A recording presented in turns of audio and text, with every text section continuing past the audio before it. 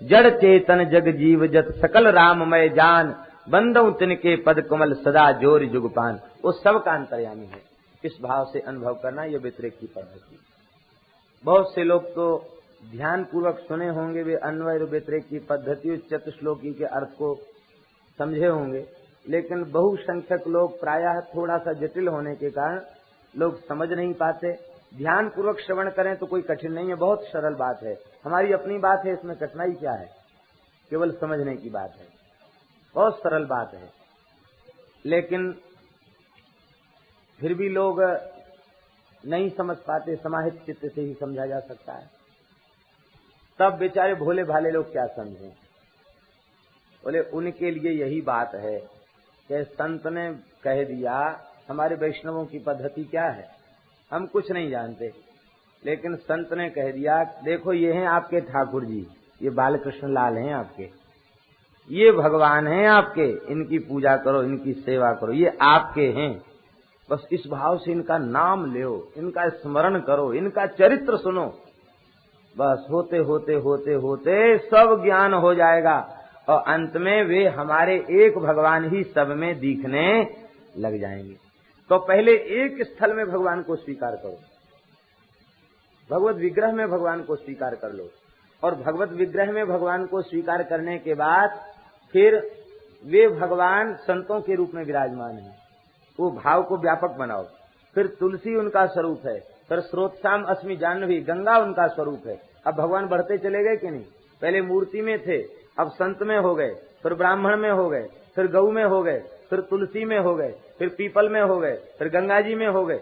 और इसके बाद इस स्वरूप की व्यापकता बढ़ती चली गई तो खम वायुम अग्निम सलिलम महीच, आकाश परमात्मा, पृथ्वी परमात्मा, जल परमात्मा, यहाँ तक कि सब भगवान ही है, ऐसा मान करके प्रणमे दंडवत भूमौ अश्व चांडाल गोखरम, दंडवत प्रणाम करने लग गया। किसको? बोले केवल गौ संत ब्राह्मण को नहीं, प्रणमे दंडवत भूमौ, पृथ्वी पर लौट कर प्रणाम करे भक्त। किसको? कहते अश्व घोड़े को, चांडाल को, गो गाय को, और खरम माने गधे को। वृंदावन में पागल बाबा थे, भले ही लोग उनको बहुत तांत्रिक कहते हैं, अच्छे संत थे, कीर्तन को उन्होंने बहुत कराया। उनका एक विशेष बात थी, ऐसे रास्ते चलते होते कोई भंगी मिल जाए लौट के साष्टांग प्रणाम करते, नारायण नारायण वासुदेव वासुदेव कह के प्रणाम करते। और कोई कहता कि बाबा ऐसा क्यों करते हो, तो बंगला बोलते थे प्राय, तो कहते अमी पागल मानुष, तुम्हें की बोलचो पारबो ना, सीधे कह देते हम बंगाली मानुष हैं, हम पागल मानुष हैं, तुम क्या कह रहे हो हमारी समझ में नहीं आ रहा है, सीधे कह देते। इतना कह के वो कन्नी काट लेते, और जबकि सबको जो देखते उसी को प्रणाम कर लेते। यहाँ तक के महाराज कितने लोगों ने देखा, घूम रहे जमुना किनारे, गधा मिल गया प्रणाम, सुअर मिल गया प्रणाम, और कोई पूछता है कि बाबा ऐसा क्यों करते हो, तो एक ही उत्तर था उनके पास, तुम्ही की बोलचो बूझते पारबो ना, अमी पागल मानुष, ऐसे बोल करके कन्नी काट लेते। भगवान के भक्त, यही सबसे बड़ी साधना है। हम कितने अभागे हैं, ब्राह्मण को नहीं झुक पाते, संत को नहीं झुक पाते, गौ तुलसी को नहीं झुक पाते, जबकि ये सारा जगत भगवान का। यही अनन्य भक्ति है। अनन्य भक्ति क्या है, अनन्यता क्या है? सो अनन्य जाके असमति न टरे हनुमंत, मैं सेवक मैं दास हूँ, सचराचर रूप स्वामी भगवंत। ये सचराचर भगवान का स्वरूप है, यही भगवान की भक्ति का स्वरूप है। श्री वृंदावन बिहारी लाल की जय। हरिशरणम एतन मम मतम, भगवान कहते एतन मम मतम, ये मेरा मत है। हे ब्रह्मा जी, परम समाहित चित्त से मेरे इस सिद्धांत को स्वीकार करो, और जब मेरे इस सिद्धांत को स्वीकार करोगे तो इस संकल्प विकल्प में तुम उलझ नहीं पाओगे। फिर विविध प्रकार की सृष्टि की रचना का कार्य करने के बाद भी, उस रजोगुण के कार्य को करने के बाद भी फिर तुम्हें बंधन होगा नहीं, तुम समस्त बंधनों से मुक्त बने रहोगे। हम भगवान की भगवत्ता को स्वीकार कर लें, ये सारा जगत परमात्मा है, तो फिर बंधन कहाँ है? फिर कोई क्रिया बंधन कारक नहीं होगी, क्योंकि बंधन कारक क्रिया तब होती है जब वह अज्ञान मूलक होती है, और वह क्रिया जब ज्ञान मूलक हो गई तो बंधन कारक कहाँ रहेगी? अज्ञान ही तो बंधन का कारण है। अज्ञान नहीं रह गया तो बंधन से मुक्ति मिल गई, बंधन से छुटकारा हो गया। श्री वृंदावन बिहारी लाल की। श्री नारद जी को इस प्रकार से भागवत के तत्व का ब्रह्मा जी ने उपदेश दिया, और नारद प्राह मुने सरस्वत्या तटे नृप ध्यायते ब्रह्म परमम व्यासायामित तेज से। इसी चतुश्लोकी भागवत को श्री नारद जी महाराज ने श्री भगवान, इनको थोड़ा सा कहीं अन्यत्र बिठा दी, क्योंकि आसपास बैठने वाले बहुत से श्रोता भी विक्षिप्त हो रहे हैं और कथा तो दूर तक सुनाई पड़ती है। श्री वृंदावन बिहारी लाल की। व्यास जी को दिया, और व्यास जी ने कृपा करके यह सिद्धांत हमें दिया, और आज हम प्रसन्न होकर के यह भागवत तुम्हें सुना रहे हैं। इस तरह से सुखदेव जी ने परंपरा का वर्णन किया, और सुखदेव जी ने कहा कि भागवत के 10 लक्षण हैं। 10 लक्षण कौन कौन से हैं? सर्ग, विसर्ग, स्थान, पोषण, ऊति, मन्वंतर, ईशान कथा, निरोध, मुक्ति और आश्रय। ये 10 सिद्धांत हैं। भागवत के 10 लक्षण हैं। सर्ग, विसर्ग, स्थान, पोषण, ऊति, मन्वंतर, ईशान कथा, निरोध, मुक्ति और आश्रय। ये 10 लक्षण प्रथम स्कंद से नहीं घटाए जाते, तृतीय स्कंद से घटाए जाते। तृतीय स्कंद का लक्षण है सर्ग। सर्ग माने होता है महत्त्वादि के क्रम से सृष्टि के विस्तार का नाम है सर्ग। भूत इसको सर्ग कहते हैं। और विसर्ग क्या है? कहते ब्रह्मा जी के द्वारा उत्पन्न महत्त्वादि के संघात से बनाए हुए जो विविध प्रकार के सृजन हैं, देवता, मनुष्य, भूत पितर आदि की जो सृष्टि है, सेदज, अंडज, उद्भिद, जरायुज आदि की जो सृष्टि है, उस सृष्टि का नाम है विसर्ग। ये चतुर्थ स्कंध का विषय है, सर्ग विसर्ग। और पंचम स्कंध का विषय है स्थान। स्थान किसे कहते हैं? स्था गति निवृत्तौ धातु से स्थान बनता है। जहां पहुंचकर गति निवृत्त हो जाए उसे स्थान कहते हैं, टिक जाए उसको स्थान कहते हैं। ये सारा विराट ब्रह्मांड भगवान का ही स्थान है। भगवान इसमें टिके भय हैं, भगवान इसमें विराजमान हैं, और जीव अपने श्वासुभ कर्म फल को भोगने के लिए विविध लोकों में गमन करता है। ये भूगोल खगोल का वर्णन, विराट ब्रह्मांड का वर्णन, ये पंचम स्कंध का विषय है, इसलिए उसे स्थान कहा गया। छठे स्कंद का विषय है पोषण। पोषण क्या है? पोषणम तत् अनुग्रह। अनुग्रह को ही पोषण कहा गया। अनुग्रह माने कृपा, कृपा को ही पोषण कहा गया। ये छठे स्कंद का विषय है। छठे स्कंद का विषय पोषण क्यों कहा गया? बोले इसलिए कहा गया कि इस स्कंद में भगवान अपने आश्रितों पर कितनी करुणा करते हैं ये दिखाई पड़ता है। अजामिल जैसे पातकी के ऊपर कृपा, ये क्या है? पोषण है। अंशभूत जीव प्रसंगवश धोखे से गुणाक्षर न्याय के जैसे पुत्र के ब्याज से नारायण नाम का उच्चारण हो गया, उसका उद्धार हो गया, ये पोषण है। दक्ष के पुत्रों को नारद जी के द्वारा भक्ति का ज्ञान कराया गया, 11,000 पुत्रों को महात्मा बना दिया, ये पोषण है, ये भगवान की कृपा है। और चित्रकेतु ने शंकर जी का अपमान कर दिया, वह घोर असुर कुल में उत्पन्न हो गया, वृत्तासुर के रूप में उत्पन्न हो गया, फिर भी उसकी भक्ति का नाश नहीं हुआ, ये भगवान की कृपा है। और उसने 4 श्लोकों में भागवत धर्म के रहस्य को प्रकट किया, ये कृपा है। पोषणम तत् अनुग्रह, ये अनुग्रह है भगवान का, ये पोषण है भगवान का। तो छठे स्कंद में पोषण का बड़ा बढ़िया वर्णन है। श्री वल्लभाचार्य जी ने अपने सिद्धांत को पुष्टि सिद्धांत के नाम से कहा, उसको पुष्टि मार्ग कहा, बताया उन्होंने। पुष्टि मार्ग, पुष्टि क्या? पोषणम तद अनुग्रह, कृपा का मार्ग। और वस्तुतः वास्तविकता ये है कि वल्लभाचार्य का यह तात्पर्य नहीं है कि हमारा संप्रदाय पुष्टि मार्ग है, बाकी सब अपुष्टि मार्ग हैं, ऐसा नहीं।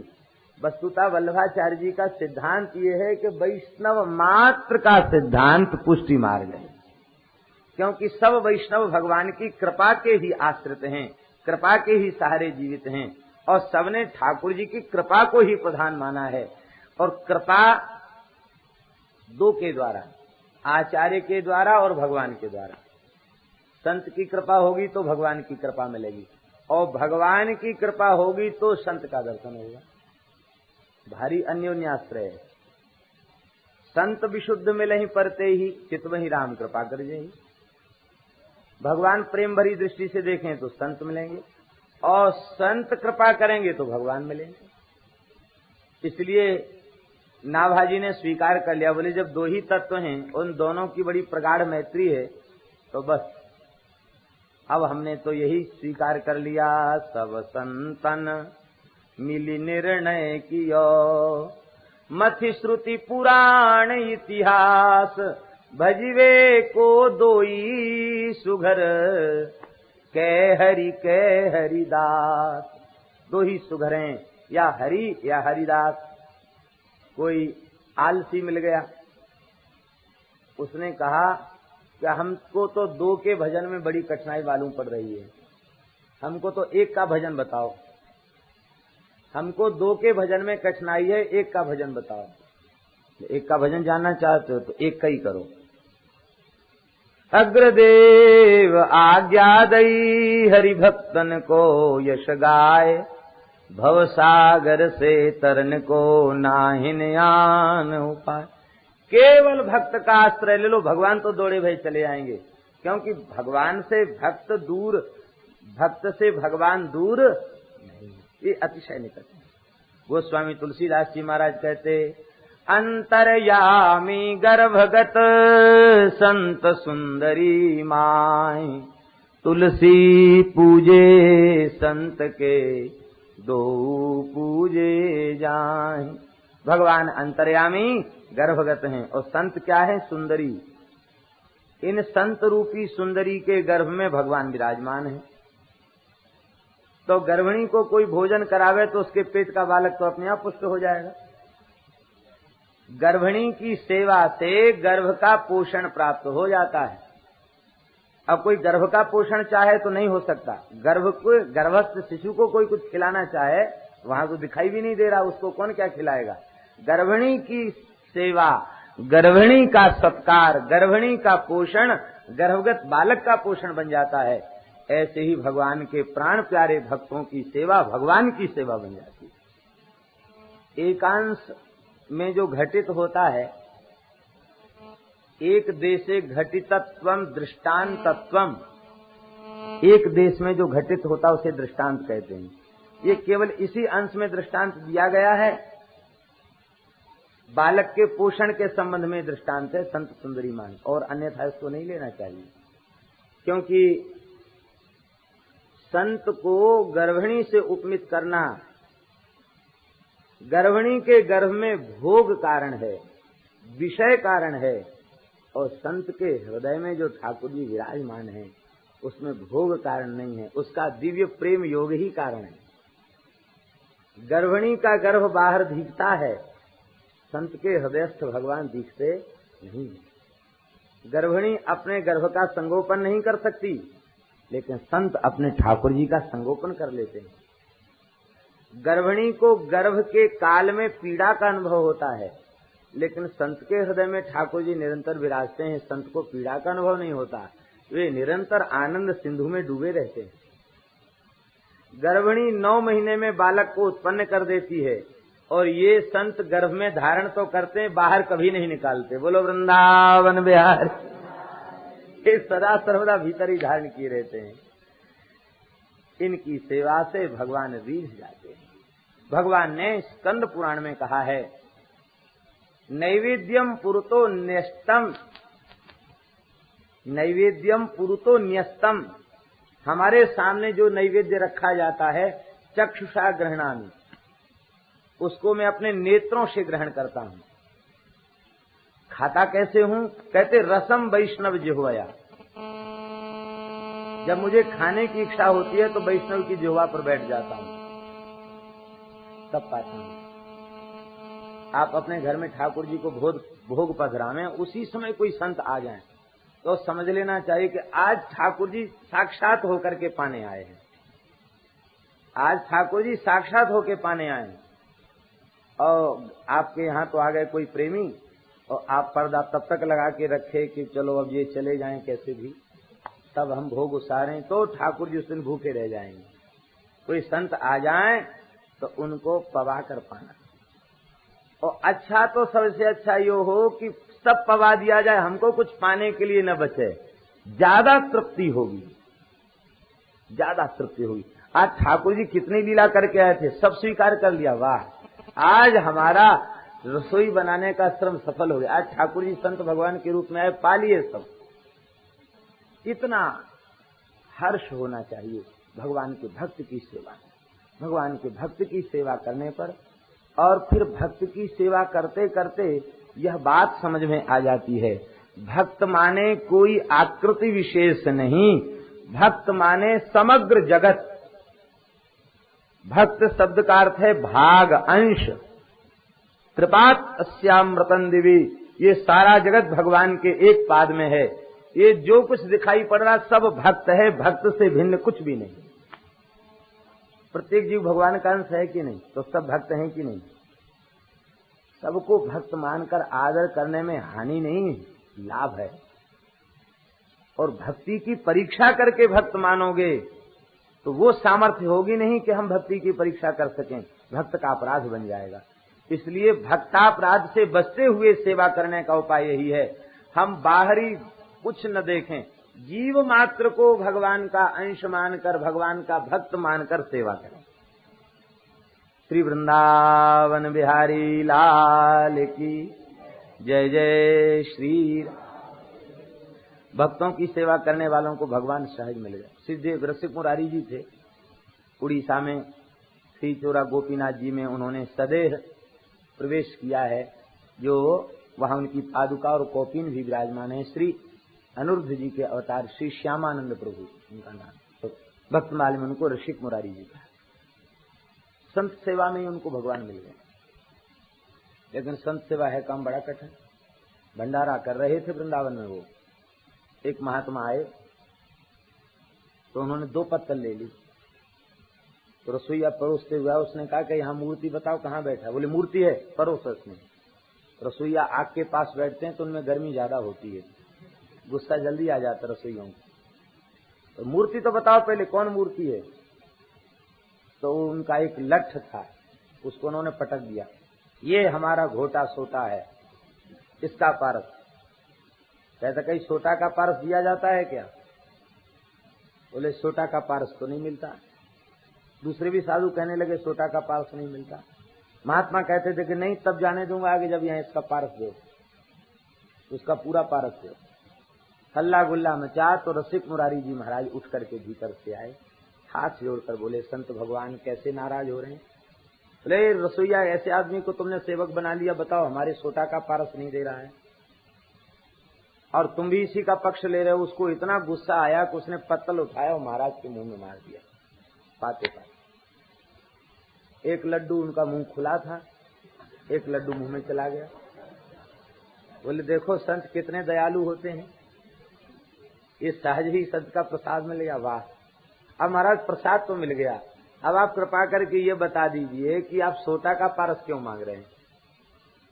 दूसरी पत्तल उनको परोस दी और कहा महाराज अब दोनों पत्तल पे परोस के बोले बताओ सोटा का पारस क्यों। तो वो बोले कि महाराज देखो सोटा का पारस इसलिए कि अभी तो आपने राजभोग तो करा दिया, अब रात को लगेगी हमको ब्यारू।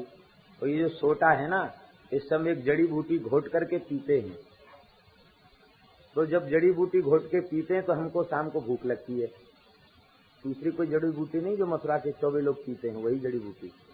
तो बोले हम जड़ी बूटी घोट के इससे पीते हैं, तो अभी इससे घोट के पी लेते हैं और जब ठंडाई पी लेते हैं तो फिर शाम को हमको बड़ी जोर भूख लगती है। अब शाम को तो भंडारा होगा नहीं तो हम कहाँ जाएंगे मांगने। तो इसलिए अभी तो हमने पाया है, शाम को सोटे के कारण हमको पाना पड़ेगा। इसलिए हम जहाँ कहीं पंगत करने जाते हैं हम डबल पारस लेते, एक अपना एक सोटा का। तो बोले डबल नहीं, इसको और ज्यादा पारस दो महात्मा को। अब खूब पारस दिया, ये चले गए। कहने का भाव यह है कि इतनी क्षमा हो तो संत की सेवा संभव, और ऐसी क्षमा गुण आ जाएगा तो भगवान रीझ जाएंगे, फिर भगवान की प्राप्ति सहज हो जाएगी। भक्तवत्सल भगवान की। ये छठे स्कंद का लक्षण पोषण है। सातवें स्कंद का लक्षण है ऊती। ऊती किसे कहते हैं? कहते ऊतयः कर्म वासना। ऊती माने होता है कर्म वासना। ये कर्म वासना क्या है? सप्तम स्कंध में भक्तराज प्रहलाद जी का चरित्र है। इसमें 5 अध्यायों में तो हिरण्यकशिपु की बात आई है, जिसमें अपकर्म निषिद्ध कर्म का वर्णन है। 5 अध्याय में वर्णाश्रम धर्म का वर्णन है, और 5 अध्यायों में प्रहलाद जी की भक्ति का वर्णन है। ये 15 हो गए, 15 अध्याय हैं सप्तम स्कंध में। तो इस प्रकार से विशुद्ध कर्म भागवत धर्म का वर्णन, निषिद्ध कर्म का वर्णन और मिश्रित कर्म का वर्णन, ये कर्म की वासना का वर्णन। और कर्म की वासना से मुक्ति का उपाय क्या है? बोले प्रहलाद जी के चरित्र का आश्रय लेना, यही कर्म की वासना से मुक्ति का उपाय। वासना समाप्त हो जाएगी, उपासना का शुभारंभ हो जाएगा जब श्री प्रहलाद जी के चरित्र का आश्रय लिया जाएगा। ऊतयः कर्म वासना।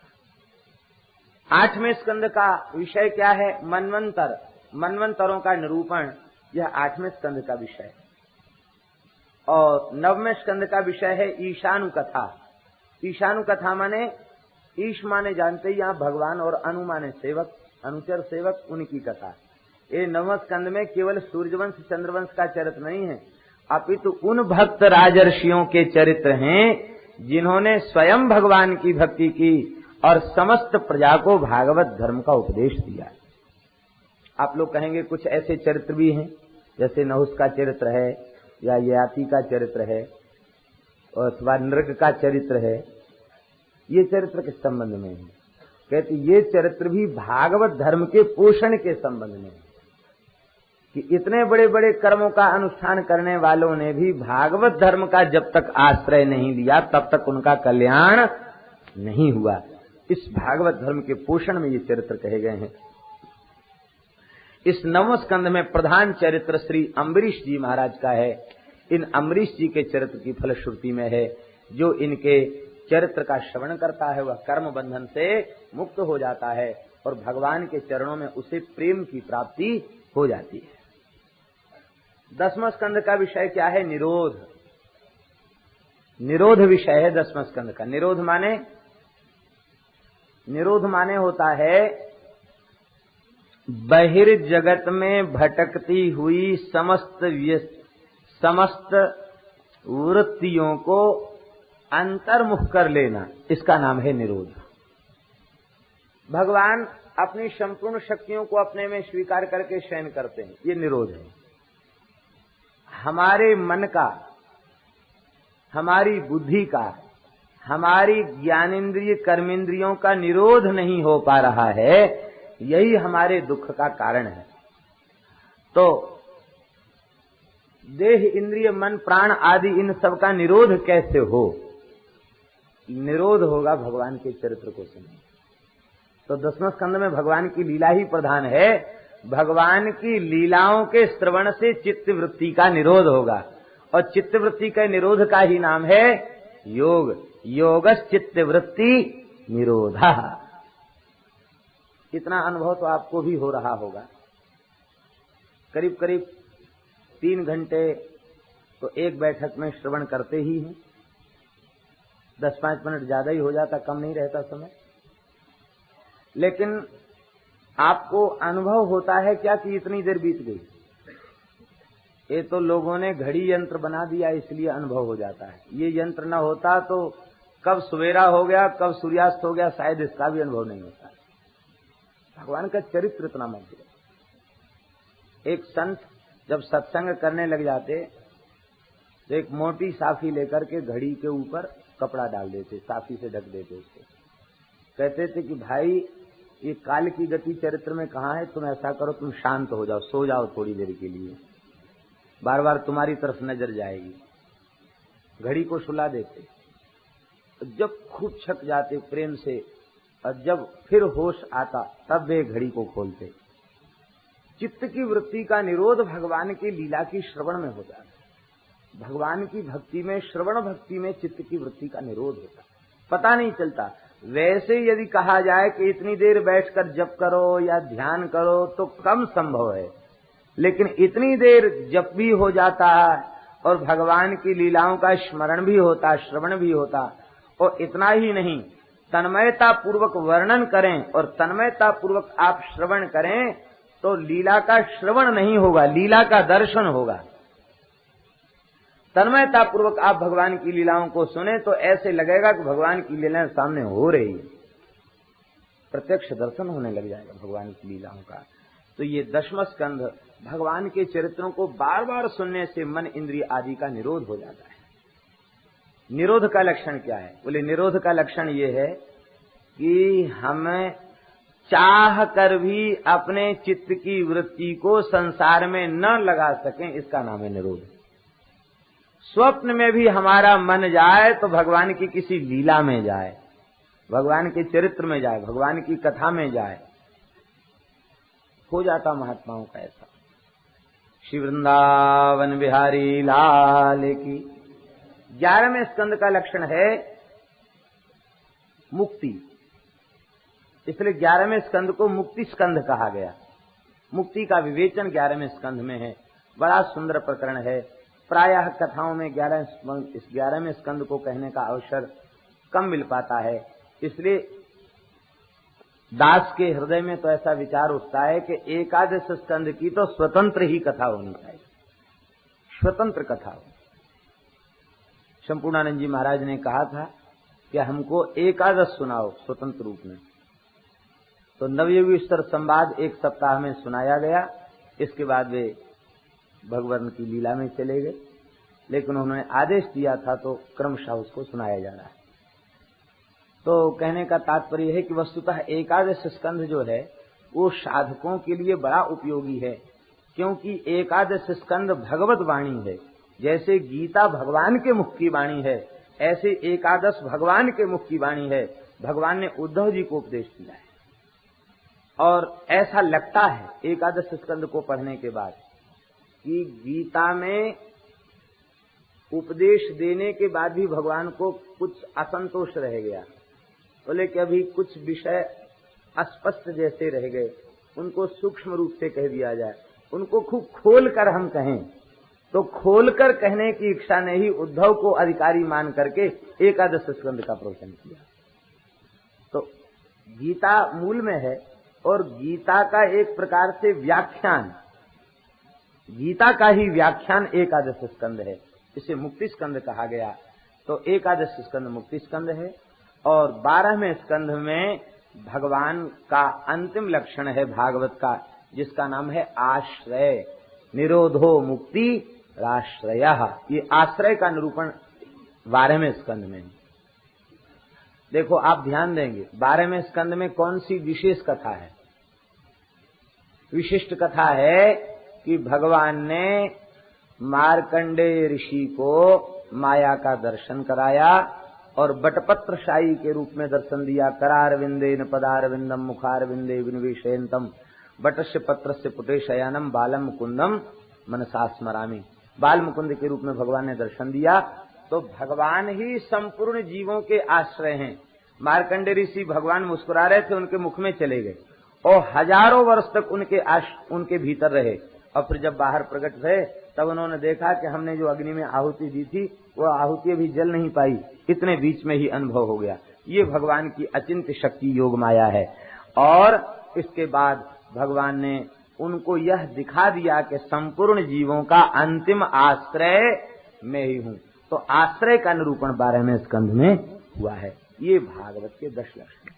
इसीलिए भागवत महापुराण है। भागवत इसीलिए महापुराण। पुराणम 5 लक्षणम, 5 लक्षण जिसके हों उसे पुराण कहते हैं, और जहां 10 लक्षण हो वो महापुराण। और ये 10 लक्षण श्रीमद् भागवत में विद्यमान हैं, इसलिए ये महापुराण ही नहीं, ये सम्राट पुराण प्रभु, ये समस्त पुराणों का एक छत्र सम्राट है। बोलो श्रीमद् भागवत महापुराण की जय जय श्री राधे। हे परीक्षित, आपके पूर्वज महात्मा विदुर जी ने भी मैत्रेय जी के चरणों में जाकर भगवान के द्वारा रचित इस जगत के संबंध में, भगवान की लीला के संबंध में प्रश्न किया था। वह संवाद अतिशय रोचक संवाद है। परीक्षित जी ने कहा कि भगवान, हमारे पूर्वज जो विदुर जी थे वे तो महान भागवत थे और मैत्रेय जी भी महान भागवत, तो इन दोनों महाभागवतों का कहाँ मिलन हुआ और कब मिलन हुआ, आप कृपा करके बताएं। और इन महाभागवतों ने परस्पर मिलकर के किस विषय की चर्चा की, इसको भी आप कृपा करके बताएं। प्रसन्न होकर के श्री सुखदेव जी ने वर्णन किया। यदा तु राजा स्वसुतान् साधून् पुष्णन्न धर्मेण विनष्ट दृष्टि भ्रातुर्यविष्ठस्य सुतान् विबन्धून् प्रवेश्य लाक्षा भवने ददा। अपने दुष्ट पुत्रों के प्रति आपकी ममता हो गई। अधर्मेण पुष्णन विनष्ट दृष्टि ही, अन्याय अधर्म पूर्वक अपने कुपुत्रों का, दुष्ट पुत्रों का धृतराष्ट्र पोषण करने लग गए और अपने छोटे भाई पांडु के पुत्र पांडवों को उन्होंने लाक्षा गृह में जलाकर मार दिया, ददाह जला दिया। अपनी ओर से कौरवों ने कसर नहीं छोड़ी, उन्होंने तो जला ही दिया, लेकिन जाको राखे साइया मार सके न को। भगवान की सुरक्षा है पांडवों को प्राप्त, तो पांडवों का अनिष्ट कहाँ हो सकता, पांडवों का अनिष्ट नहीं हुआ। बड़ी विचित्र लीला है भगवान की, बहुत विचित्र लीला है। अहो विचित्रम भगवद विचेष्टितम, विचित्र है भगवान की चेष्टा, भगवान की लीला। जिस दिन लाक्षागृह में आग लगाई जानी थी, उस दिन एक भीलनी अपने 5 पुत्रों के साथ वहां आई। कुंती के हृदय में बड़ी दया भावना थी, तो कुंती ने उसको भोजन कराया और उसने कहा कि माताजी रात हो गई है, आपकी आज्ञा हो तो मैं यहीं रह जाऊं, तो बहुत बड़ा महल है, कहीं सो जाओ। और उसी रात को आग लगाई गई और विदुर जी का संकेत प्राप्त हो गया था श्री युधिष्ठिर को के सुरंग खोद के तैयार कर दी जा चुकी है और भीमसेन सुरंग के मार्ग से सबको लेके भगवान की कृपा से बच करके निकल गए। उस समय भीमसेन ने, महाभारत में वर्णन है कि कुंती माता को तो कंधे पर, यहाँ ग्रीवा पर बिठाया, दाहिने कंधे पर युधिष्ठिर को बिठाया, बाएं कंधे पर अर्जुन को बिठाया और गोद में नकुल सहदेव को ले लिया और सबको अपने शरीर पर लेकर के वे चल पड़े। इतने वेग से चल रहे थे, जंगल में, घोर जंगल, रास्ता नहीं था। अपनी एड़ी के धमक से बड़े बड़े वृक्षों को धराशायी करते हुए, पृथ्वी को कपाते हुए वे चल रहे थे। भगवान की कृपा से पांडव बच निकले और कौरव वे दौड़ करके, वो तो लाख का महल था, उसको जलने में कितनी देर लगी, थोड़ी देर में ही खाक हो गया। तो वे सब घड़ियाली आंसू बहाने लगे, हाय हमारे भाई मारे गए, वो दुर्घटना तो वस्तुतः बहुत दुखजनक है और इससे भारी पीड़ा हमको हुई है। अब जांच बिठाई जाएगी, रिपोर्ट आएगी, तब पता चलेगा कि इसका मूल कारण क्या था। ऐसे ही लोग, बहकाने वाले लोग ऐसे ही करते हैं। ऐसे ही वो कहने लगे प्रजा को भाई अब जो कुछ होना था सो तो हो गया, लेकिन इसका बहुत सूक्ष्म रीति से निरीक्षण किया जाएगा, आखिर ये घटना घटी क्यों। और वे तलाशी लेने लगे कि कोई चिन्ह तो मिले कि पांडव मरे कि नहीं मरे। तो ऐसी व्यवस्था ठाकुर जी ने बना रखी थी कि महाराज वो 5 भीलों के साथ जो उनकी माता थी, उनके ढांचे वो जल गए थे उस रात को उसमें, तो उनकी हड्डियों के ढांचे मिल गए। तो ये कौरव ऊपर से तो रो रहे थे, भीतर भीतर खुश हो रहे थे कि देखो ये 6 जो ढांचे दिखाई पड़ रहे हैं, इसका मतलब है कि ये 5 पांडव और कुंती माता जल गई। अच्छा हुआ, वे छत्र राज्य हमारा हो गया, हम अकंटक हो गए। सब नाते रिश्तेदारों को खबर भेजी गई। सबसे पहले शोक व्यक्त करने वालों में द्वारकाधीश भगवान पहुंचे। क्यों? बोले इसलिए पहुंचे कि हमने शोक व्यक्त नहीं किया तो इनको संदेह हो जाएगा कि ये बच गए।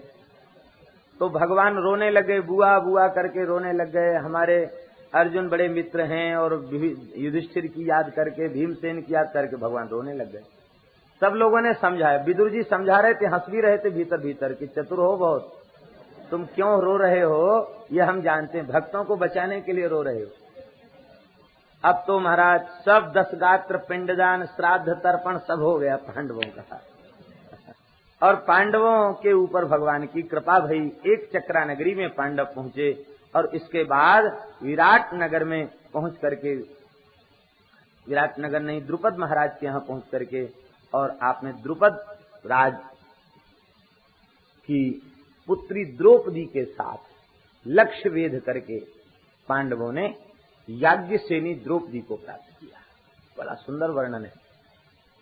जिस समय कोई क्षत्रिय लक्ष्य वेध नहीं कर सका, तो अर्जुन बैठे थे, और भगवान राज दरबार में, भगवान नहीं खड़े हुए थे लक्ष्य वेध करने, भगवान ने इशारे में अर्जुन को पहचान लिया।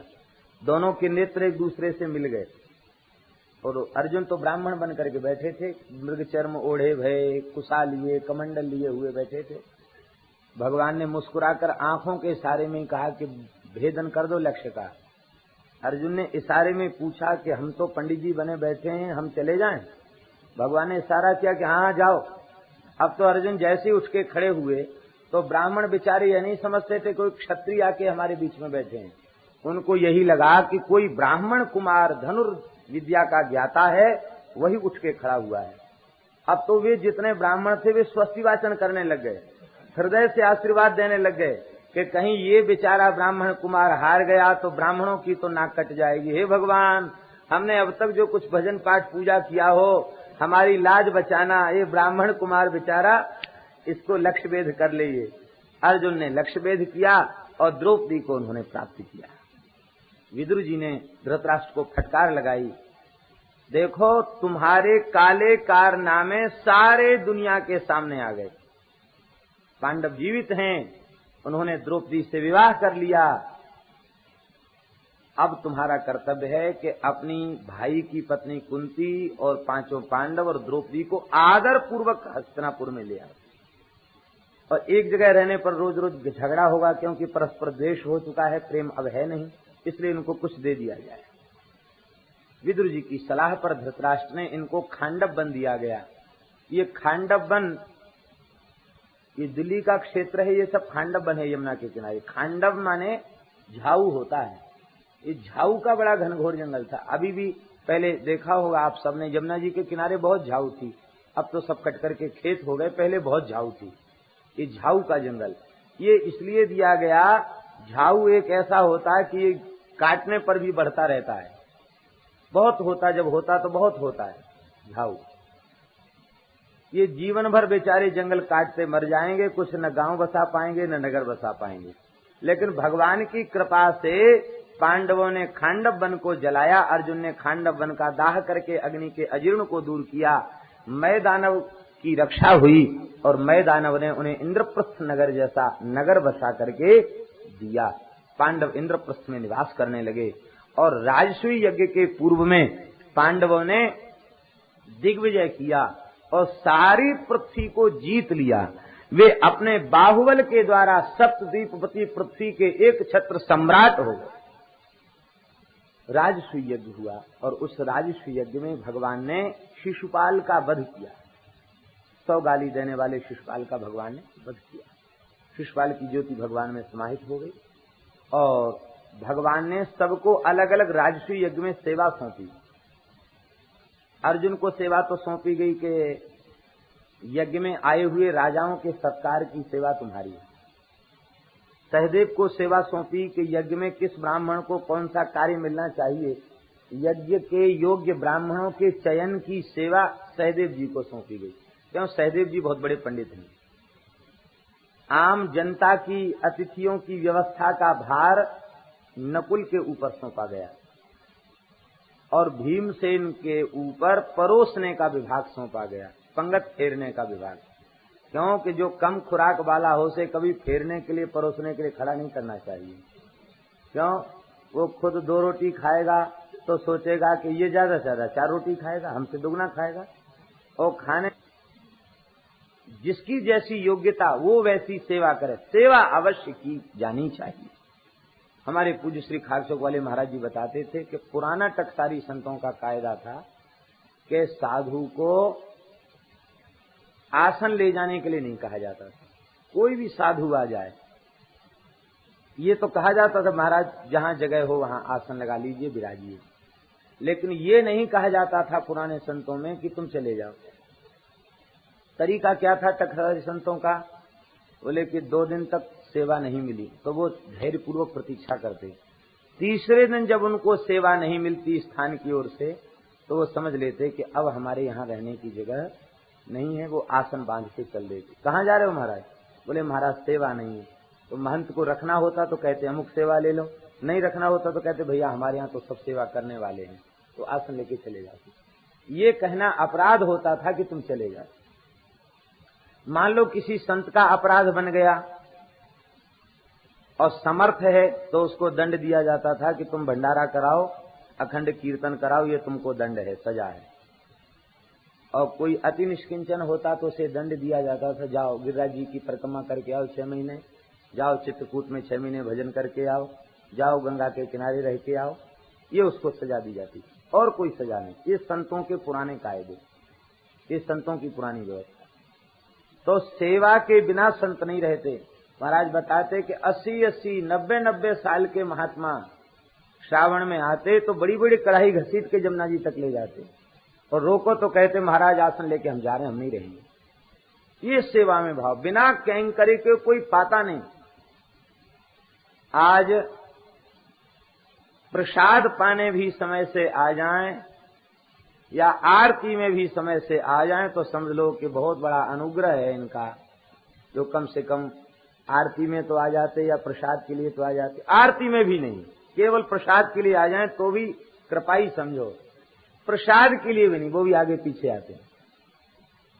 इसीलिए हम लोगों को लाभ नहीं हो रहा है, क्यों? हम लोगों ने अपनी पुरानी शास्त्रा की परंपराओं को समाप्त कर दिया। लाभ कैसे हो? भगवत कैंकर्य, भागवतों का कैंकर्य ही तो सार है।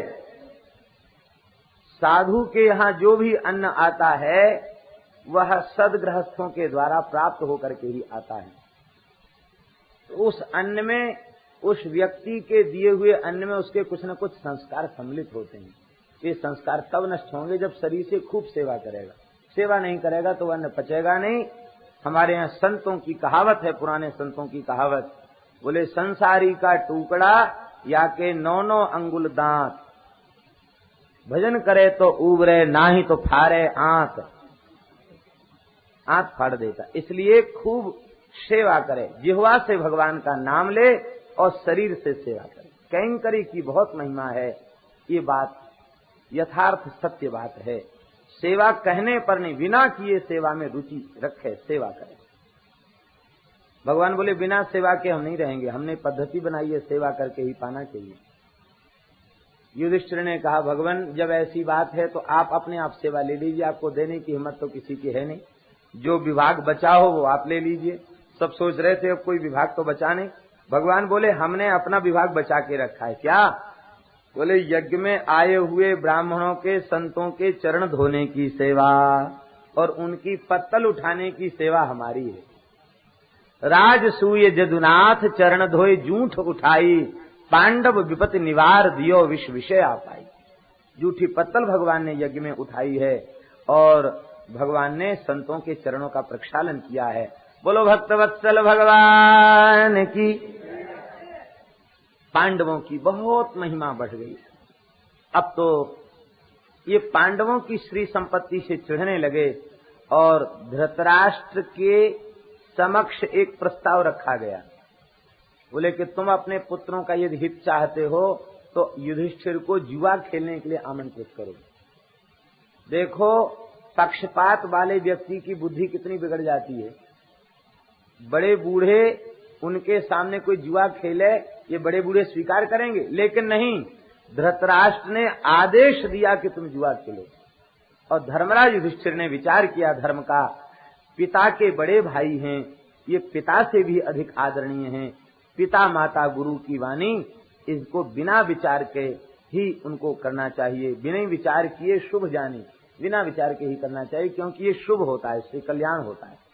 आपने जुआ खेला और छल पूर्वक शकुनी ने इनके सर्वस्व को दांव पर लगवा दिया, द्रौपदी तक को दांव पर लगा दिया गया और द्रौपदी को घसीट करके दरबार में लाया गया।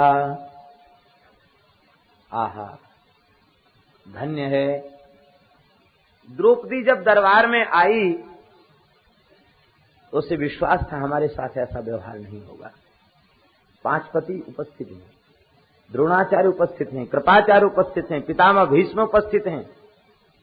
केवल एक विदुर जी ऐसे थे कि जुआ के प्रस्ताव के पहले ही सभा छोड़ के चले गए, बाकी सब वहीं बैठे थे।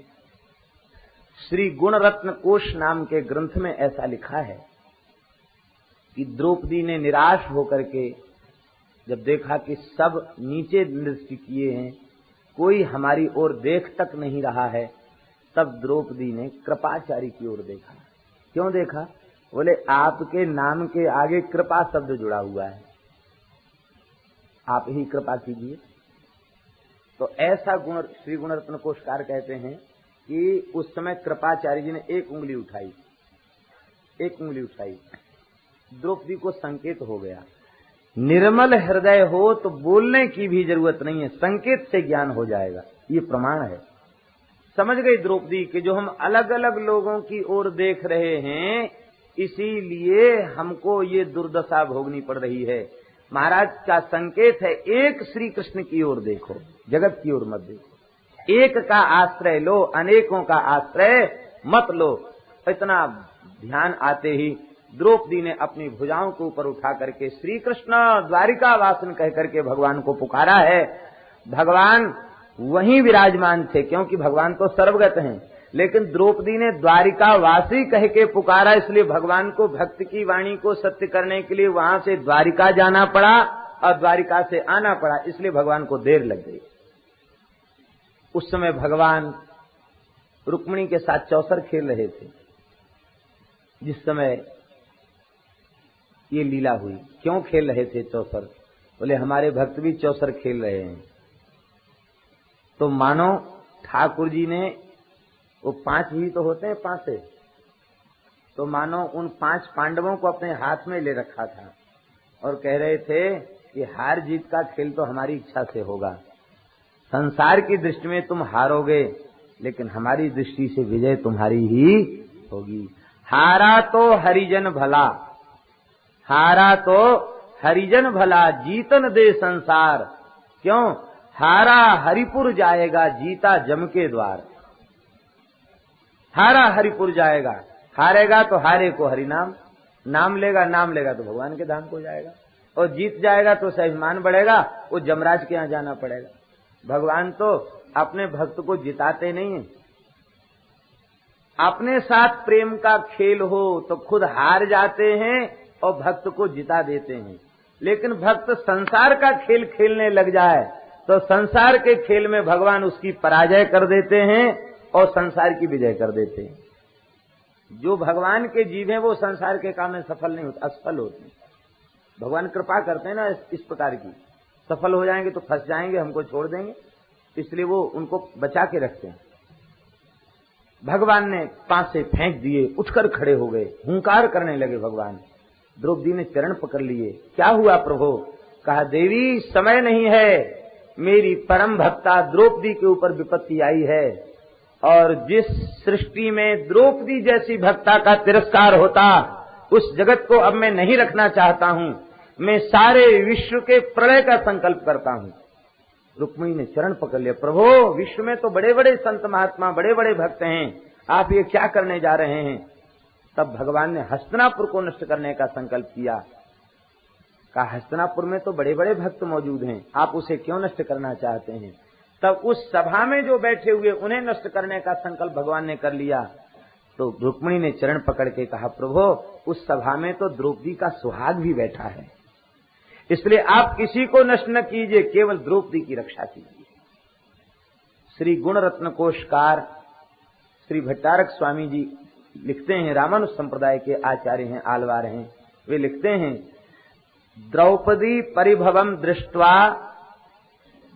श्री कृष्णस्य क्षमा द्रौपद्याः मंगलसूत्र रक्षार्थम।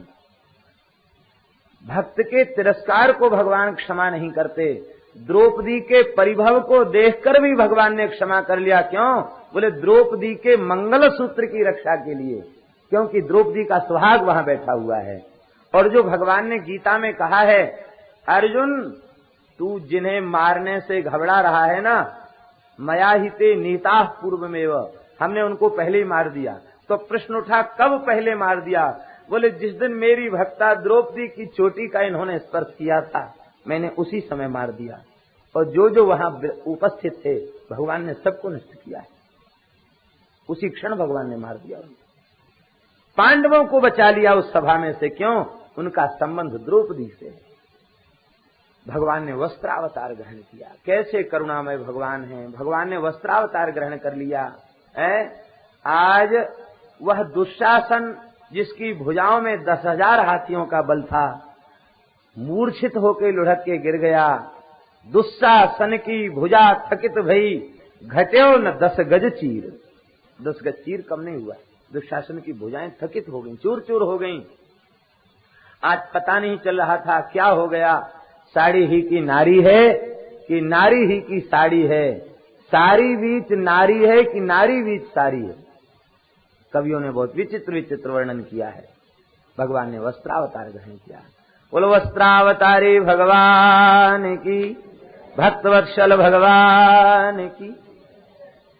द्रौपदी के इस चमत्कार को देख करके गांधारी ने फटकार लगाई है धृतराष्ट्र को और कहा कि इस सती नारी के कोप से अपने पुत्रों की रक्षा कर लो। वरदान दिया और द्रौपदी का खोया हुआ सब कुछ वापस कर दी। वो प्रसंग बड़ा विस्तृत है, आप सबने सुना ही है, जानते ही हैं। अभी युधिष्ठिर जा रहे थे तब तक शकुनी फिर आ गया और इस शकुनी ने कहा कि अरे अंधे बहनोई, तू हमारे भांजियों का भला नहीं होने देगा। हमने कितनी बुद्धि लगाई थी, तूने सब गुड़ गोबर कर दिया। देखो महाराज, अभी भी मौका है। युधिष्ठिर बहुत भोला है, आपका बहुत आज्ञाकारी है। फिर बुला के जुआ खेला जाए। अब की बार शर्त रखी जाएगी, कुछ दांव पर नहीं लगाया जाएगा। बस ये शर्त रखी जाएगी, जो हार जाएगा उसे 12 वर्ष का वनवास और 1 वर्ष का अज्ञातवास भोगना पड़ेगा। पासे की विद्या का मैं आचार्य हूँ। पासे तो सदा आपके भांजों के ही, आपके पुत्रों के ही पक्ष में गिरेंगे। पांडव 12 वर्ष का वनवास और 1 वर्ष का अज्ञातवास भोगेंगे। और 1 वर्ष के अज्ञातवास में भी ये विधि होगी, यदि पता लग गया तो फिर 12 वर्ष का वनवास और 1 वर्ष का फिर अज्ञातवास। जंगल की खाक छना करके ही मार दूंगा पांडवों को, तुम चिंता मत करो। युधिष्ठिर को बुलाए, युधिष्ठिर फिर चले आए। क्यों आ गए आप? ये शिक्षा है। महापुरुष जो है लीला करके जगत के जीवों को शिक्षा देते हैं। एक शिक्षा तो ये मिली कि बड़ों की आज्ञा का पालन करना चाहिए, ये ठीक है। लेकिन बड़े लोग कहने लग जाएं कि जुआ खेलो तो आज्ञा का पालन नहीं करना चाहिए। विवेक किस लिए है?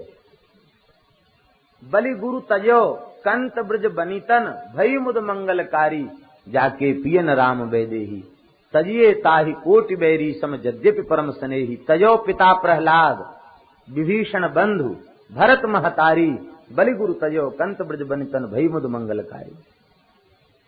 ये आज्ञा मानने की योग्य नहीं थी, लेकिन आपने मानी तो कितना कष्ट भोगना पड़ा। इसलिए शास्त्रोचित आज्ञा का पालन करें। कथनचित कोई समर्थ पिता या समर्थ गुरु शास्त्र विरुद्ध कोई आज्ञा दें तो फिर विचार कर ले कि आज्ञा देने वाला कौन है, उसमें क्या सामर्थ्य है। जैसे जमदग्नि ऋषि ने आज्ञा दी परशुराम को कि अपनी मां को अपने भाइयों के साथ मार डालो। उन्होंने सबका मस्तक काट दिया। बोले वरदान मांगो। कहते हमारे भाई जीवित हो जाएं, हमारी माता जीवित हो जाए, उनको ये पता न चले कि परशुराम ने मस्तक काटा था, नहीं तो द्वेष हो जाएगा। कहा एवमस्तु, सब भाई जीवित हो गए, माता भी जीवित हो गई। तो जमदग्नि जैसा किसी का पिता हो जो मारने के बाद जिला भी सके, तो ऐसे की आज्ञा का पालन करने वाला भले ही कष्ट न भोगे।